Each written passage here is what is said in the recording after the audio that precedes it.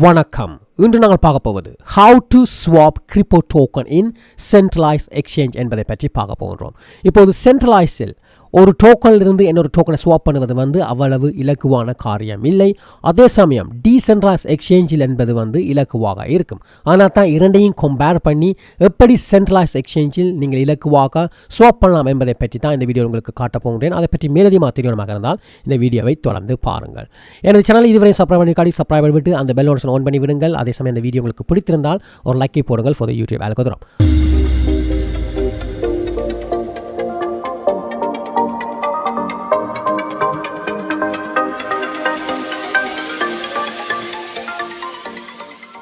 இந்த வீடியோ அல்லது எனது சேனலில் பகிர்கின்ற எந்த விஷயமும் ஃபைனான்ஸ் அட்வைஸ் இல்லை.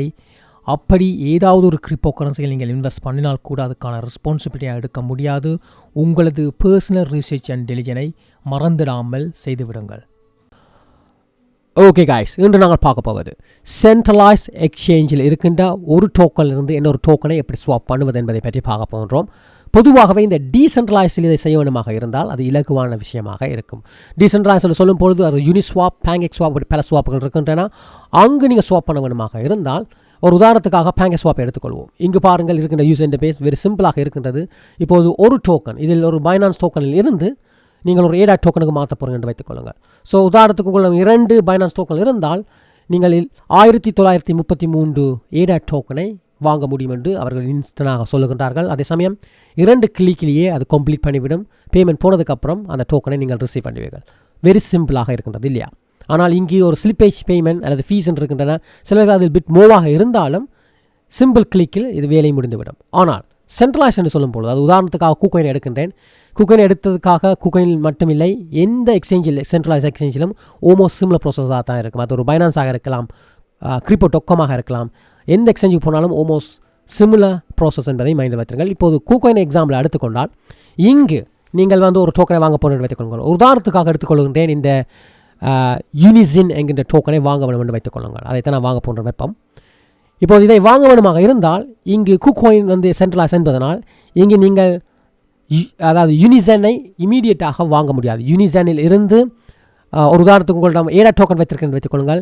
ஏடாட் டோக்கனில் இருந்து யூனிசனை வாங்க முடியாது. அப்படி வாங்கணுமாக இருந்தால் இந்த ஏடாட் டோக்கன் மட்டும்தான் உங்களுடைய நெருக்கமாக இருந்தால் அந்த ஏடாட் டோக்கனை கன்வெர்ட் பண்ண வேண்டும்.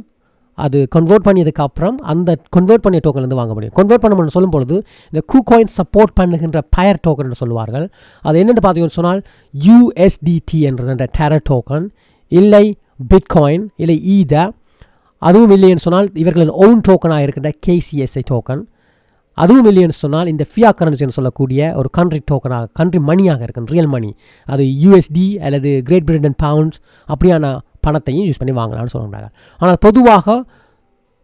பொதுவாக இருக்கின்ற நபர்கள் ஒரு டோக்கன்லேருந்து இன்னொரு டோக்கனை தான் ஸ்வாப் பண்ண பார்ப்பாங்க. அப்படி இருக்கும் பொழுது அதை செய்ய வேண்டுமாக இருந்தால் என்ன செய்யணும் தான் பார்க்க போகிறோம். இந்த உதாரணத்துக்காக என்னிடம் இருக்கின்ற Polkadot டோக்கனை நான் யூஸ் பண்ண போகின்றேன். ஸோ Polkadot நான் சர்ச் பண்ணுகிறேன் பாருங்கள். இப்போ சர்ச் பண்ணும் பொழுது இது சொல்லுகின்றது இந்த டோக்கனை எதில் நான் கன்வெர்ட் பண்ணலாம் என்று சொல்லுகின்றார்கள்.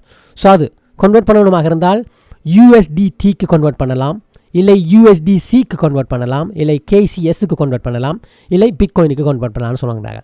இப்போது நான் வாங்க போகின்ற இந்த ZCoin என்பது பாருங்கள், ZCN காயின், அதை வாங்க வேண்டுமாக இருந்தால் ஈதர் USDT ஓ பிட்காயினை வைத்து மட்டும்தான் வாங்க முடியும். ஸோ ஒரு உதாரணத்துக்கு KC டோக்கன் இல்லை USDC டோக்கன் ஈதர் டோக்கனுக்கு கன்வெர்ட் பண்ணினால் இதை நான் வாங்க முடியாது. ஸோ அதிலிருந்து புரிந்து கொள்கின்றது இது ஏதாவது ஒரு டோக்கனை தான் நான் கன்வெர்ட் பண்ணி எடுக்க வேணும்னு சொல்லி. இப்போது நான் பொதுவாக பிட்காயினுக்கு கன்வெர்ட் பண்ணுவது வழக்கம் இல்லை. அதுக்கான காரணம், பிட்காயினை கன்வெர்ட் பண்ணும் பொழுது அந்த ப்ரைஸ் என்பது பிக் சங் இன்ஸ்டனாக கூடலாம் குறையலாம். ஸோ அதனால் கூடுதலான பணத்தை நீங்கள் லாஸ் பண்ணுறதுக்கான வாய்ப்பு அதிகம் என்பதனால் பொதுவாக நான் இந்த பிட்காயினில் கன்வெர்ட் பண்ணுவது இல்லை. இந்த USD டோக்கனுக்கு தான் பொதுவாகவே நான் கன்வெர்ட் பண்ணுவதற்கு அதுக்கான காரணம், அது ஒரு ஸ்டேபிள் காயின். அதனால் $1 ஈக்குவல் ஒரு USD ஆக இருக்கும். ஸோ அதனால் எமௌண்ட் லாஸ் பண்ணது என்பது வெகு ஃப்ராக்ஷன் ஆஃப் ஆக இருக்கிறதுனால அதில் செய்வது வழக்கம். ஸோ இப்போது எங்களுக்கு தெரிகின்றது USDTயை வாங்கி வைத்திருந்தால் இதை வாங்கலாம் என்பது. ஸோ எனது எக்ஸாம்பிள் படி இந்த டாட் டோக்கன் தான் என்னிடம் இருக்கின்றது. ஸோ அதை கன்வெர்ட் பண்ண போகின்றேன். ஸோ அதற்கு டொட்டை சர்ச் பண்ணும் பொழுது பாருங்கள், இந்த ஆப்ஷனை நான் செலக்ட் பண்ணுகின்றேன். உங்களுக்கு இங்கே பார்க்கக்கூடியதாக இருக்கின்றது 2.6 டாட் டோக்கன் இடம் இருக்கின்றது.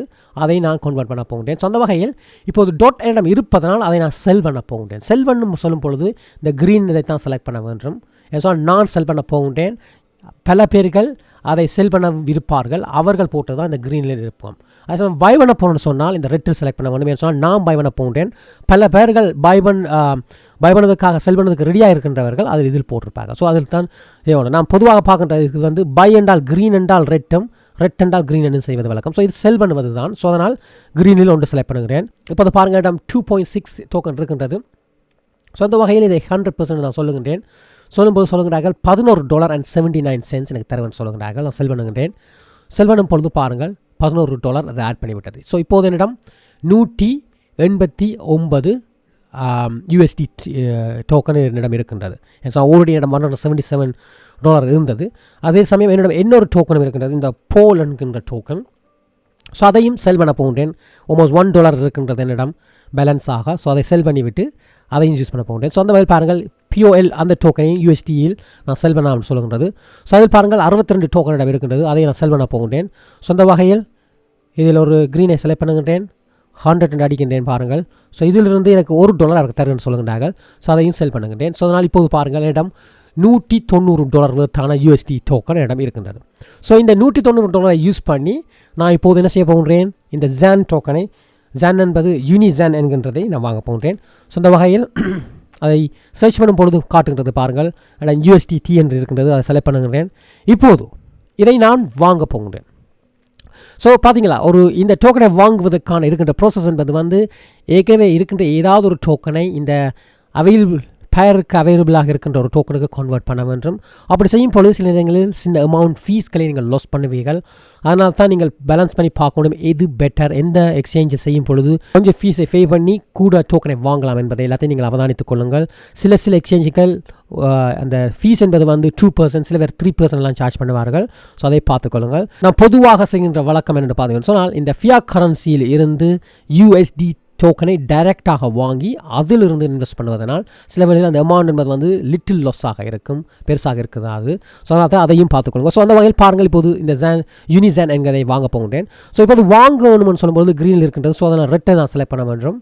பொதுவாக பார்த்தீங்கன்னு சொன்னால் இப்போது நான் இருக்கின்ற இந்த அமௌண்ட்டிலிருந்து ஆல்மோஸ்ட் 2300 டோக்கனுக்கிட்ட வாங்கலாம்னு நினைக்கின்றேன். அப்படி இருந்தால் இதை செலக்ட் பண்ணினால் பொதுவாக இந்த 83 டோக்கனை வாங்கிவிட்டு வெயிட் பண்ணி கொண்டு இருக்கும் இதே அமௌண்ட்டுக்கு திருப்பவும் யாரும் செல் பண்ண ரெடியாக இருக்கின்றான்னு சொல்லி.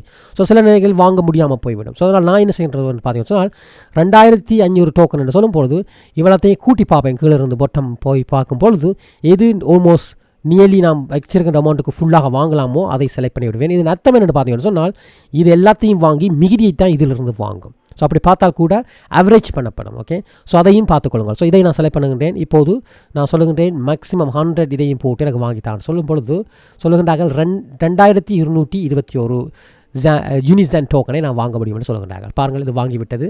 ஸோ என்னிடம் இப்போது 2221 யூனிஜான் டோக்கன் நான் வாங்கி விட்டேன். ஸோ இதுதான் இன்றைய நோக்கம் காய்ஸ். ஒரு டோக்கனிலிருந்து ஒரு டோக்கனை எப்படி ஸ்வாப் பண்ணுவது, அதுவும் சென்ட்ரலைஸ்ட் எக்ஸ்சேஞ்ச் என்பது தான் இன்றைய டெமோ. ஸோ ஐ ஹோப் இது ஒரு யூஸ்ஃபுல்லாக இருந்து கொண்டு நம்புகின்றேன். அப்படி இருந்தால் மறந்துடாமல் எனது சேனலை சப்ஸ்கிரைப் பண்ணிவிட்டு அந்த பெல் நோட்டிஃபிகேஷனை ஆன் பண்ணி விடுங்கள். இதே மாதிரியான பல வீடியோக்கள் நான் போட்டு உங்களுக்கு உதவுவேன். அதே சமயம் இந்த வீடியோ மற்றவர்களுக்கு உதவும்னு நம்புகிறீர்கள் சொன்னால் மற்ற ஷேர் பண்ணிக்கொள்ளுங்கள். இந்த வீடியோக்கு ஒரு லைக் போடுங்கள். ஃபார் த யூடியூப் அல்கோரிதம் நான் உங்களை இன்னொரு வீடியோ சந்திக்கிறேன். And you guys take care and good bye.